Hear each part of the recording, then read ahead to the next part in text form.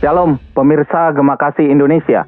Allah adalah kasih dan barang siapa tetap berada di dalam kasih, ia tetap berada di dalam Allah dan Allah di dalam dia. Berbuah di dalam relasi dengan Allah dan sesama. Inilah tema di dalam program Gema Kasih Indonesia pada kali ini. Berbuah adalah panggilan yang harusnya dihidupi oleh setiap kita umat percaya. Artinya bahwa di dalam kehidupan kita bukan menjalani kehidupan kita dengan seadanya.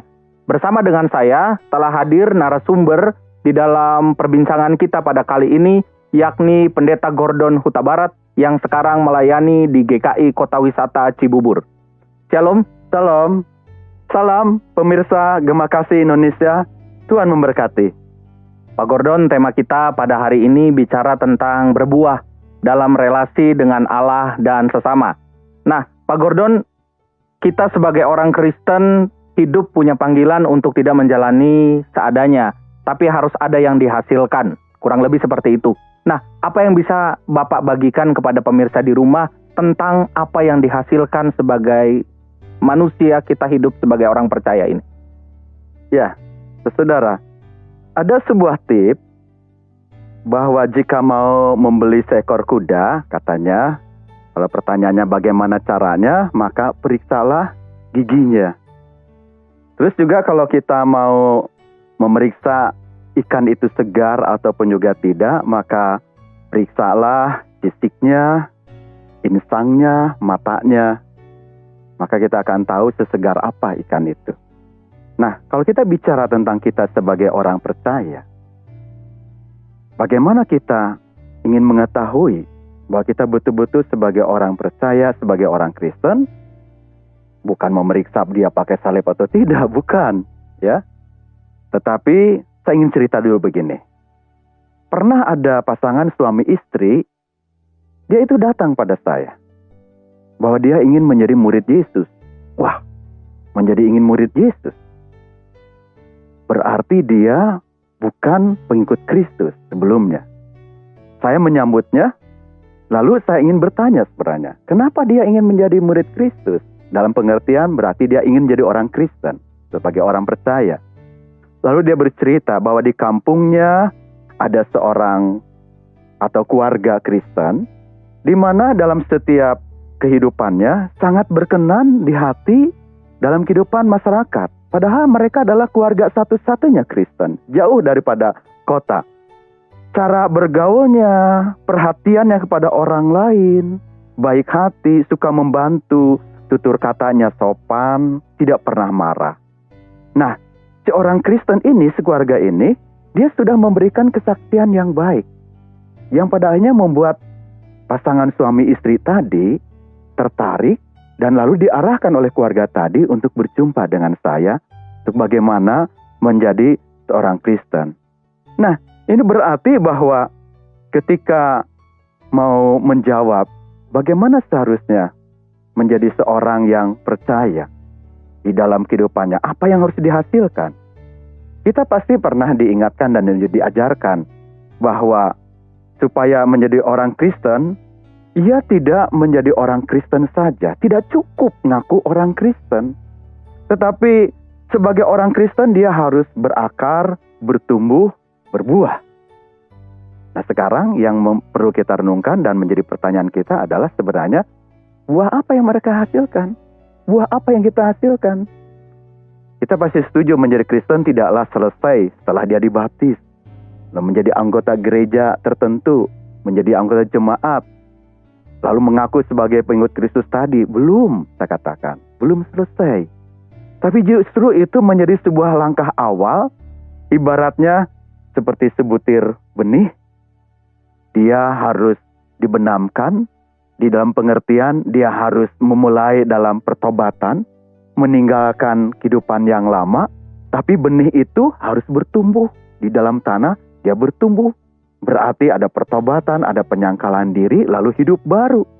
Tapi kan kita juga selalu berharap kalau sebuah pohon itu tidak selalu kita mengharapkan dia sampai kepada tunas atau seperti kalau di pasar itu dijual toge. Nggak sampai di situ kan. Apalagi kalau misalnya pohon yang berbuah.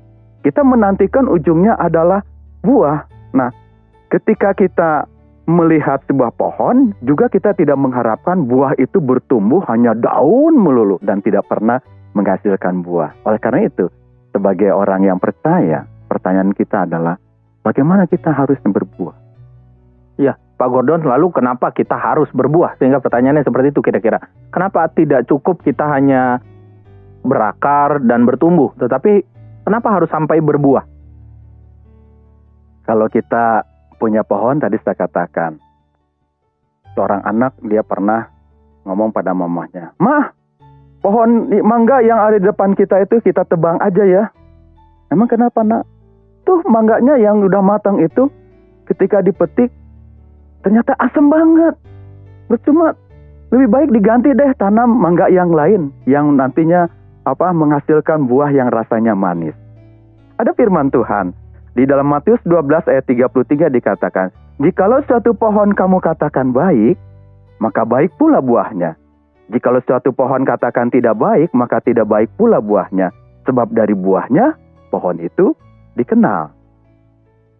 Benar seperti tadi saya katakan. Kalau kita bicara tentang jenis mangga tertentu, saya pernah, waktu saya masih tinggal di Rengas Dengklok, tetangga-tetangga mereka punya sebuah pohon mangga, bentuknya tuh menarik, seperti apel, warnanya juga menarik, ya, mirip buah mangga gedong yang cukup mahal kalau di Indramayu itu ya. Nah, tetapi buah ini sangat asam rasanya. Lalu juga tekstur dagingnya itu, buahnya tuh mirip pepaya, dingin. Jadi orang nggak suka walaupun menarik kelihatan, tapi mereka tidak bisa menikmatinya. Nah, sebab dari buahnya pohon itu dikenal, kata firman Tuhan tadi. Jelas ini menegaskan bahwa menjadi pengikut Kristus, menjadi orang Kristen, saudara, akan dikenal orang banyak jika di dalam kehidupannya menghasilkan buah-buah. Atau dengan kata lain, setiap apa yang dilakukan orang-orang akan mengenal dirinya sebagai orang Kristen. Jadi, selain harus dikenal, kita juga harus berbuah karena mendapatkan perintah langsung dari Tuhan Yesus. Di dalam Yohanes pasal 15 ayat 16 dikatakan, "Dan aku telah menetapkan kamu supaya kamu pergi dan menghasilkan buah, dan buahmu itu tetap." Jadi ada wujud konkret dalam hidup sebagai pengikut Kristus. Hanya menjadi pertanyaan kita, buah yang bagaimana yang mau kita hasilkan? Baik atau tidak baik? Enak atau asam? Nah, sebenarnya jawabannya mudah. Pertama begini, saudara. Kita tahu bahwa Allah itu adalah kasih. Ya, dalam 1 Yohanes pasal 4 ayat 12 itu dikatakan di sana bahwa Allah itu adalah kasih. Kesempurnaan hidup kita adalah ketika kasih Allah dinyatakan dan terlihat di dalam kehidupan kita sebagai orang Kristen. Nah, orang Kristen identik dengan kasih. Ketika kita percaya kepada Allah yang kasih, maka di dalam diri kita ada kasih Allah. Dalam kehidupan sehari-harinya, maka orang Kristen itu identik dengan kasih.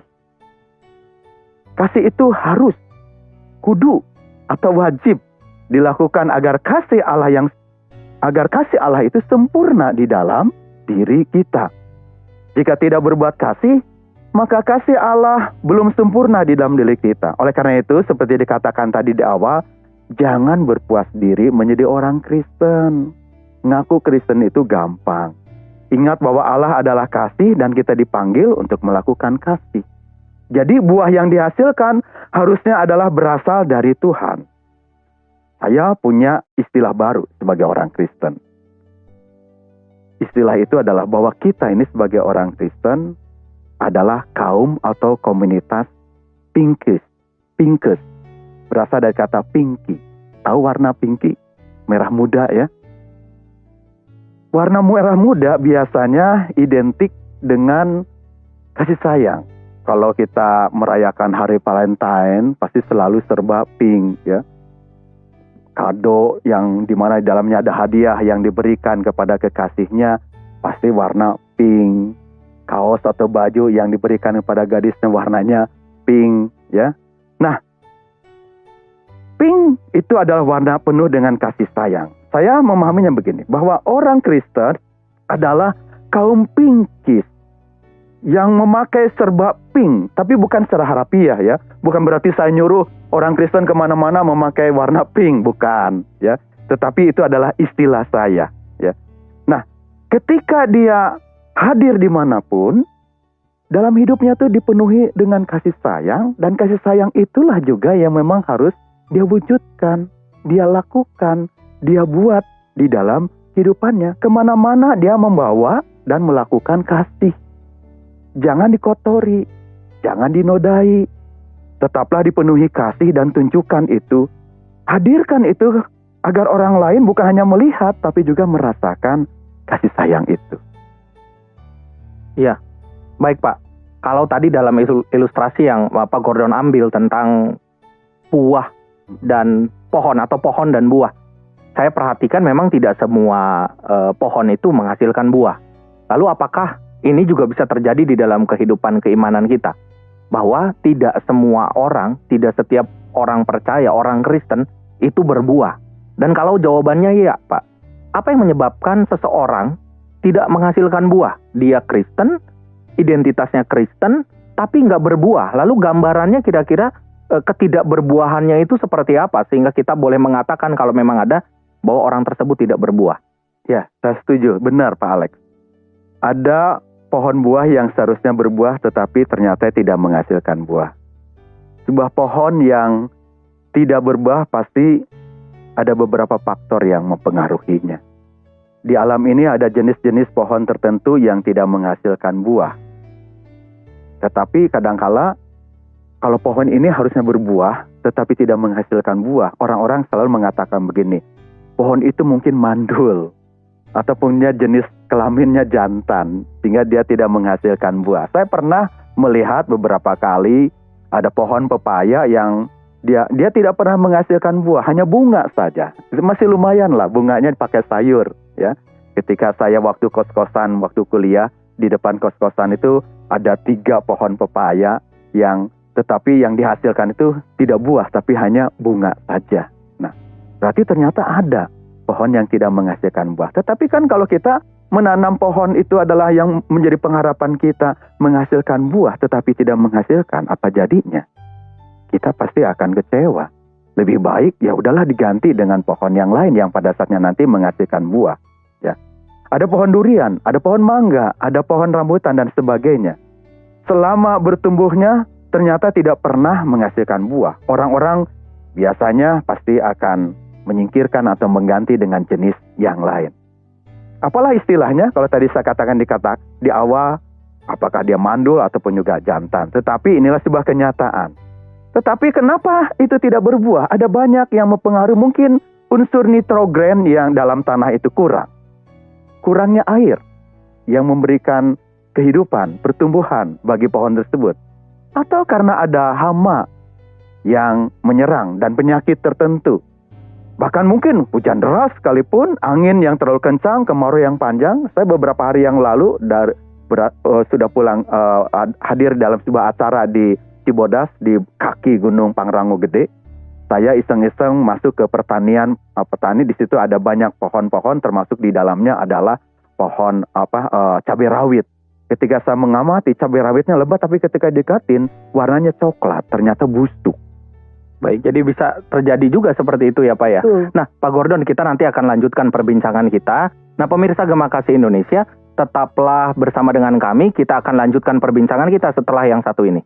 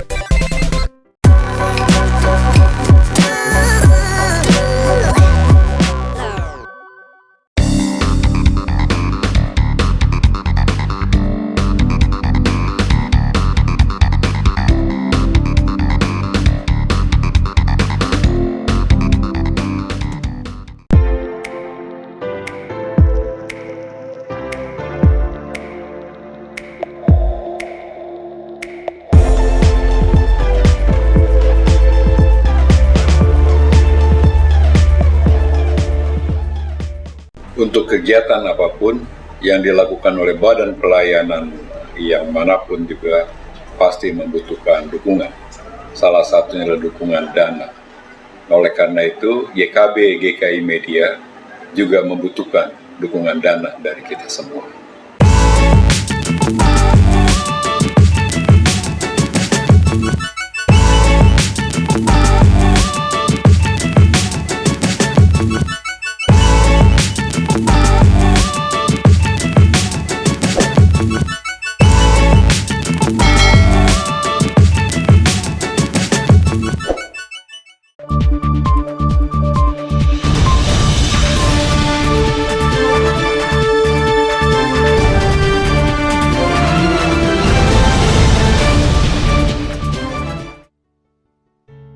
Pemirsa Gema Kasih Indonesia, terima kasih masih tetap setia di dalam program ini.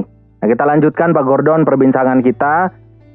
Tadi kita melanjutkan tentang pertanyaan bagaimana dengan buah atau pohon yang tidak berbuah itu tadi. Adakah kemungkinan itu terjadi di dalam kehidupan orang percaya? Silakan Pak, dilanjutkan. Ya, cerita tentang pohon yang tidak berbuah ada dalam Alkitab, saudara. Kita menjumpainya, misalnya kisah tentang pohon ara yang dikutuk oleh Tuhan Yesus ya.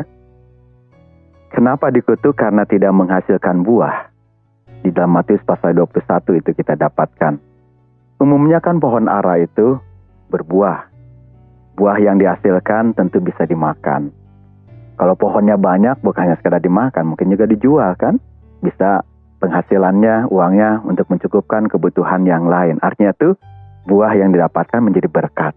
Tetapi kalau tidak berbuah, apa jadinya? Apalagi nihil ini. Nah, demikianlah juga sebagai orang Kristen. Dalam hidupnya ia bisa tampil sebagai pengikut Kristus. Ia percaya pada Kristus, tetapi belum tentu dia menampilkan hidup yang berbuah. Mungkin juga, kadang-kadang mereka tidak berpikir bagaimana dia hidup yang menjadi berkat bagi orang lain. Yang penting jalani sehari-hari. Menjadi orang Kristen, dia pikir cukup, padahal kan harusnya tidaklah demikian. Bisa saja seorang ketika dia sudah dibaptis, ketika dia sudah sidi, seseorang masih hidup sebagai orang yang tetap memakai pakaian lama. Ngakunya Kristen tetapi perbuatan yang lama. Berarti pembaharuan hidupnya belum terjadi. Kejahatan masih diulang, karakternya buruk. Kenapa ia tidak berbuah? Bisa jadi karena ia belum memahami hidup menjadi Kristen. Atau dia tidak sungguh-sungguh memahami berelasi dengan Tuhan. Bisa jadi ia juga belum memahami menjadi Kristen itu bagaimana sih?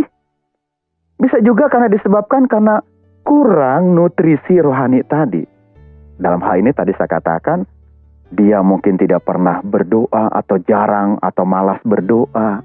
Malas membaca firman Tuhan. Bagaimana ia mendapatkan nutrisi rohaninya?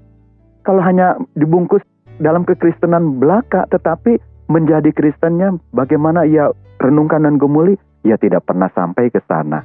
Ya, banyak orang Kristen yang memang melakukan seperti itu. Sebaliknya, banyak juga orang Kristen yang suka jajan rohani, bahkan seperti minum obat. Dalam satu hari Minggu 3 kali kebaktian, ibadah di gereja yang berbeda-beda, tetapi hanya untuk kepuasan diri sendiri saja. Wah, di sana pengkhotbahnya luar biasa, ikutin dan sebagainya. Tetapi hanya untuk menyenangkan diri. Namun firman Tuhan yang disampaikan, firman Tuhan yang didengar itu tidak dicerna dengan baik. Sehingga pada satu saat bisa saja terjadi.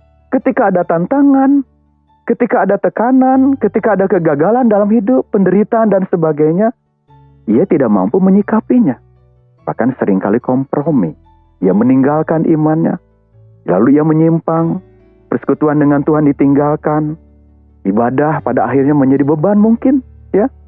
Nah, saudara kekasih, pemirsa, ketika peran dan panggilan hidup kita serta sikap sebagai orang Kristen tidak diwujudkan, pada akhirnya selain kita tidak dikenal, bisa saja kita menjadi sumber kekecewaan dan sandungan bagi orang lain. Maka kehidupan kita sebagai orang Kristen menjadi sia-sia. Seperti perumpamaan tentang ranting buah anggur. Ranting yang tidak berbuah atau menjadi kering akan dipotong. Pada akhirnya dibakar. Ya, baik Pak. menghasilkan buah. Kalau tidak semua pohon itu menghasilkan buah, maka yang kedua saya mau tanya sama Bapak. Kalau semua pohon tidak menghasilkan buah, ada kemungkinan pohon menghasilkan buah, tapi kualitas buah beda-beda, begitu ya, kurang lebih Pak. Nah, bagaimana supaya kita sebagai orang percaya punya kualitas buah yang bukan hanya kualitas buah, bukan hanya menghasilkan buah biasa. Dari pengalaman Bapak pribadi, misalkan tadi cerita di Rengas Dengklok, kelihatannya menarik, tapi ketika dikonsumsi rasanya tidak seperti yang dilihat. Bagaimana supaya kita sebagai orang Kristen punya buah yang bukan sekedar buah biasa, tapi buah yang benar-benar baik dan berdampak? Saya kebetulan itu suka tumbuh-tumbuhan, ya. Nanam pohon-pohon itu kesukaan. Apalagi kalau pekarangan rumah tanahnya luas, tergerak hati saya untuk segera menanam pohon, ya, supaya bisa pada akhirnya kalau dia sudah menghasilkan buahnya bisa menikmatinya. Artinya itu jangan dibiarkanlah lahan itu menjadi kosong. Sebuah pohon ketika dia pada akhirnya menghasilkan buah, tidak ujuk-ujuk tiba-tiba ya menghasilkan buah. Dimulai dari biji, memerlukan proses. Proses tersebut bisa panjang, bisa juga pendek kan? Bisa kelihatan maupun juga tersembunyi. Namun ujungnya nanti pada akhirnya walaupun tersembunyi, oh itu ada buah yang matang. Kita petik, lalu kita nikmati ya. Seperti mungkin proses pembuatan garam. Mula-mula petani garam akan menampung air laut di lahan tertentu sedemikian rupa ya. Lalu proses pengeringan oleh sinar matahari, ada penguapan, pada akhirnya dihasilkan kristal-kristal yang kasar dan kotor, hingga pada akhirnya lewat proses pembersihan dan sebagainya dikemas dan tersaji ada di meja makan kita, mungkin seperti itu ya. Nah, garam akan berguna jika digunakan dan itu akan membuat masakan menjadi tidak tawar, menjadi enak. Kita bisa menikmati makanan itu kalau cukup ada unsur garam. Nah, selain itu garam pun berfungsi untuk mengawetkan. Nah, demikian juga hidup yang berbuah itu ibarat garam, diperlukan sebuah proses. Harus ada kesediaan melepaskan diri dari unsur-unsur yang tak berguna. Itu harus dengan sengaja ya. Memproses diri, ada niatnya. Kalau dalam hidup kita tidak berguna, menjadi sandungan bagi orang lain, ya lepaskanlah. Harus ada kesediaan menyerap untuk sampai pada pembentukan diri. Penyerapan itu apa? Ya bisa saja pengalaman-pengalaman hidup ya. Tetapi juga yang paling penting adalah firman Tuhan. Seperti gambaran tentang pokok anggur itu ya. Ranting itu kan kalau pada akhirnya buah yang dihasilkan dari ranting-ranting. Tapi itu diawali ranting itu harus nempel kepada pokoknya, kepada batangnya. Lagu kita sekolah minggu, Yesus pokok dan kitalah carangnya, tinggallah di dalamnya. Berarti kalau ingin menghasilkan buah, dia harus nempel pada batangnya. Dari batang itu, karena dari batang dia mendapatkan sumber energi panas dari matahari, proses fotosintesa, air dari bawah, dari batang, dan mengalirkan kepada ranting, akhirnya nanti akan menghasilkan buah. Ya. Nah, dalam Alkitab kita tahu bahwa iman timbul dari pendengaran dan pendengaran oleh firman Kristus. Roma 10 ayat 17. Seseorang bakal berbuah diawali kesediaan mendengarkan firman Tuhan. Dan kita percaya Roh Kudus akan bekerja. Kemudian sebagai orang beriman, dia bersedia melakukan apa yang didengarnya. Di sini disejajarkan dengan perumpamaan tentang benih yang ditaburkan. Benih firman Tuhan yang didengar jatuh di tanah yang subur, maka ia akan berakar. Dia akan bertumbuh dan pada akhirnya berbuah. Atau bakal buah akan terjadi jika ada penyerbukan. Dalam arti selalu mengalami perjumpaan, mengalami sentuhan, kuasa kasih Tuhan yang membawa perubahan dan pembentukan diri kita sendiri. Buah yang dihasilkan sebuah pohon ditentukan juga dengan bagaimana pohon tersebut mendapat perawatan, perhatian, pemeliharaan yang baik. Misalnya, kalau saya bicara tadi tentang floris ya, hal-hal yang terkait dengan tanaman. Jika unsur hara dalam tanah agak kurang, maka perlu ditambahkan sumber unsur hara yang lain. Atau mungkin pupuk dan sebagainya. Ya. Misalnya diberi vitamin dan seterusnya yang memadai tentunya ya. Gitu. Demikian juga dalam pertumbuhannya. Harus berjalan dengan baik. Bukan berarti bahwa pertumbuhannya dibiarkan bebas tanpa perawatan. Ia tetap memerlukan perawatan. Misalnya jika ada hama yang mengganggu harus dibuang. Jika ada dahan, ranting yang mengganggu atau menghambat proses berbuah, maka harus ada tindakan-tindakan tertentu. Dalam Yohanes 15 ayat yang kedua dikatakan, setiap ranting padaku yang tidak berbuah dipotongnya, dan setiap ranting yang berbuah dibersihkannya, supaya lebih banyak berbuah. Ini menunjukkan pemeliharaan sikap dari sang pemilik pohon. Nah, tindakan sang pemilik pohon anggur tersebut dilakukan supaya buahnya dapat dihasilkan buah yang berkualitas. Dengan proses memotong, membersihkan itu, maka pada akhirnya ranting-ranting di dalamnya ketika ada bakal buah, di ranting itulah yang akan menghasilkan buah-buah yang berkualitas. Nah, belajar dari tindakan pemilik pohon anggur tadi, maka kita juga terus berusaha untuk memelihara kehidupan iman. Jika ada hal-hal yang dapat menghambat dan mengganggu untuk menghasilkan buah, kita harus berani untuk tidak membiarkan itu mempengaruhi kita. Oleh karena relasi dengan Tuhan, persekutuan dengan Tuhan, dalam doa, dalam firman Tuhan, betapa penting sekali. Nah, kalau itu terjadi, kehidupan kita akan menunjukkan buahnya. Nah, sekaligus kalau kita sudah berelasi dengan Tuhan, maka padanya buah itu juga dihasilkan ketika kita juga berelasi dengan sesama. Ya, Pak Gordon, ada yang mengatakan demikian bahwa kalau seseorang mau berbuah, maka dia tidak boleh dipaksa. Jangan dipaksa, karena harus berangkat dari sebuah kesadaran dirinya sendiri. Harus berangkat dari pergumulan imannya sendiri. Nah, saya nggak tahu ini apakah Pak Gordon setuju atau tidak dengan kalimat ini. Tapi yang ingin saya tanyakan adalah, bagaimana kalau pemirsa di rumah punya anggota keluarga, punya kerabat yang ada di dalam kehidupan mereka, yang mereka saat ini mendoakan supaya anggota keluarga ini boleh bertumbuh, berakar, dan juga bahkan bisa berbuah. Tapi persoalannya ketika diajak, diingatkan untuk berbuah, orang tersebut seolah-olah mengatakan menolak atau mengatakan nanti dulu atau bahkan tidak. Dia ya puas saja dengan apa yang ada di dalam dirinya sekarang. Nah, bagaimana Pak Gordon ketika kita menghadapi seseorang di keluarga kita yang kita ingin mengajak dia supaya bisa berbuah, namun kesadaran untuk berbuah ini belum dimiliki oleh dia? Bagaimana, Pak? Ya, kalau menurut saya sih, kita harus memberi satu teladan buat mereka. Ya, pertama, pengajaran itu memang penting kan buat mereka. Doa itu juga penting buat mereka. Oleh karena itu, di dalam kehidupan kita, minimal kita tempat yang paling kecil itu adalah keluarga. Ya, disitulah kita harus menunjukkan teladan. Makanya, buah yang harus dihasilkan kita harus pertama kita nyatakan di dalam diri kita. Ya, karena apa? Buah yang dihasilkan oleh kita itu kan bukan diri kita yang memakannya, tetapi orang lain yang menikmatinya. Nah, kalau misalnya anggota keluarga kita, mereka belum menunjukkan buah-buahnya, betul, saya setuju, tidak boleh dipaksakan. Itu kembali kepada panggilan dirinya sebagai orang percaya. Tapi mulailah dari diri kita, buah-buah dihasilkan. Nah, biarkan orang melihat, biarkan orang menyaksikan, biarkan orang lain merasakannya. Jikalau buah yang kita hasilkan baik, masa sih tidak ada sesuatu yang mempengaruhi, dan setidaknya mereka akan sadar, oh iya, saya akan malu kalau saya sebagai orang yang percaya ikut pada Kristus, tetapi tidak ada buah-buah yang dihasilkan baik. Tetapi kalau dia sudah mencontoh dan melihat orang lain yang sudah melakukan itu, setidaknya ia juga akan sadar diri. Ya. Oleh karena itu, tentulah panggilan kita sebagai kesaksian, dimanapun kita berada, kita harus menjadi saksi-saksi yang baik dan benar, karena memang itu panggilan kita.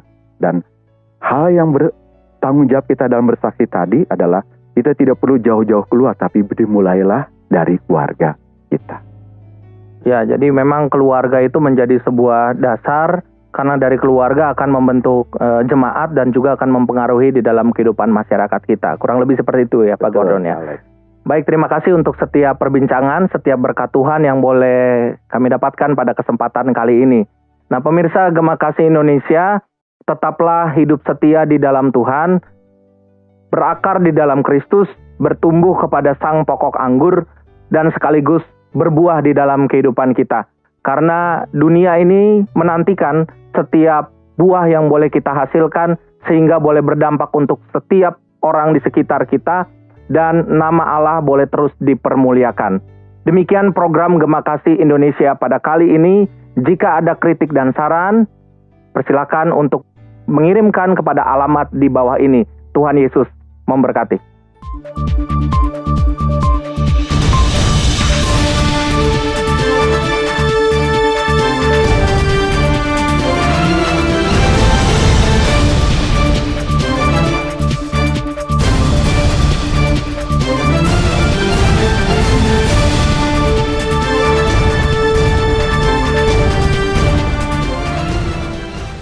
YKB GKI Media membutuhkan dukungan doa kita, membutuhkan keterlibatan kita, membutuhkan dukungan dana dari kita semua.